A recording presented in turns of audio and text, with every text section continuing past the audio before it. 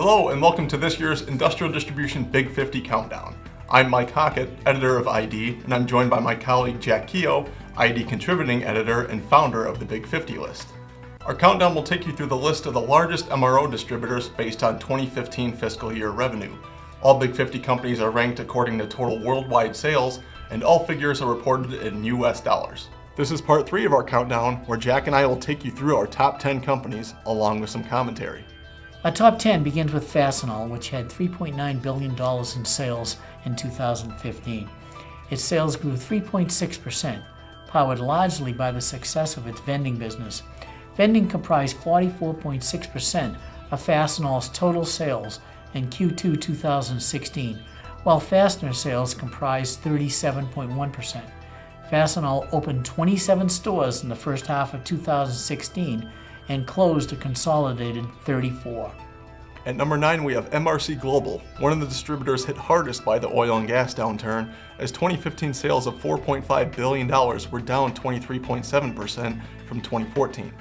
The company took a 2015 net loss of $344.7 million in 2015, prompting it to sell off its oil country tubular business for $48 million. Up to number 8 we have Motion Industries, which has been quite busy since the start of 2015. It launched its first online pneumatics catalog, acquired Missouri Power Transmission, Epperson & Company, and Alpco Safety and Supply.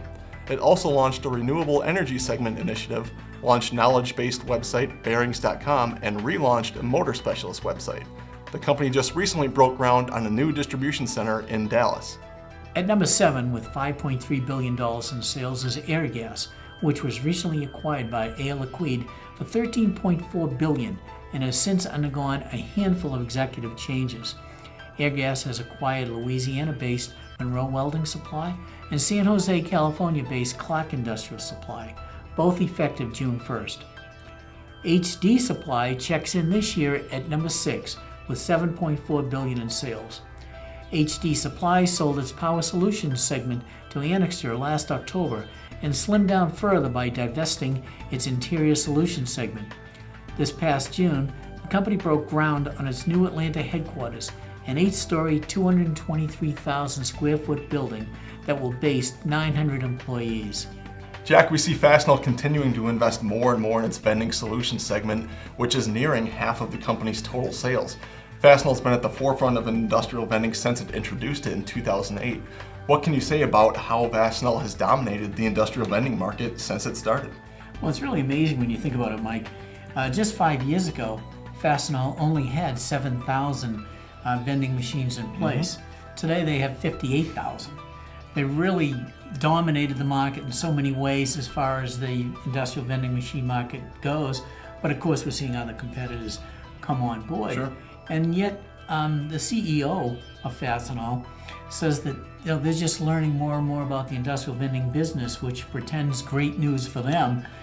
They did reorganize themselves as far as what they're doing with industrial vending machines, and they eliminated 7,200 from some of its customers, while they're increasing more at other customers that have more potential for industrial vending business. Sure, just increasing their vending efficiency, it seems like, onward and onward. Stay tuned to see the rest of the countdown. Here's a word from our sponsors.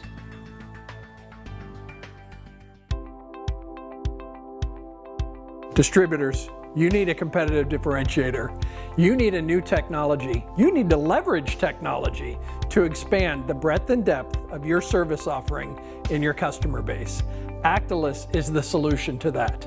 No longer do you have to suffer from 3 bids and a buy type of procurement methodology. Use the technology to create the relationship that lasts. Use Actilus.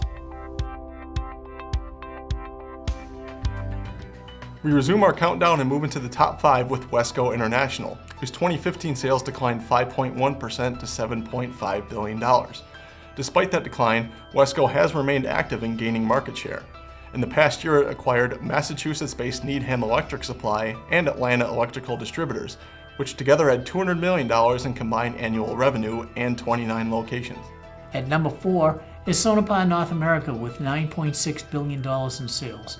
Sonepar first appeared in the Big 50 last year following its 2014 acquisition of the Industrial Distribution Group, number 23 on this year's list. That move helped boost 2015 sales by nearly 13%. Sonepar USA just recently appointed OneSource Distributors President Mike Smith as its new CIO and VP of Operations. Grainger repeats at number 3 on our list as its $10 billion in 2015 sales were nearly identical to 2014.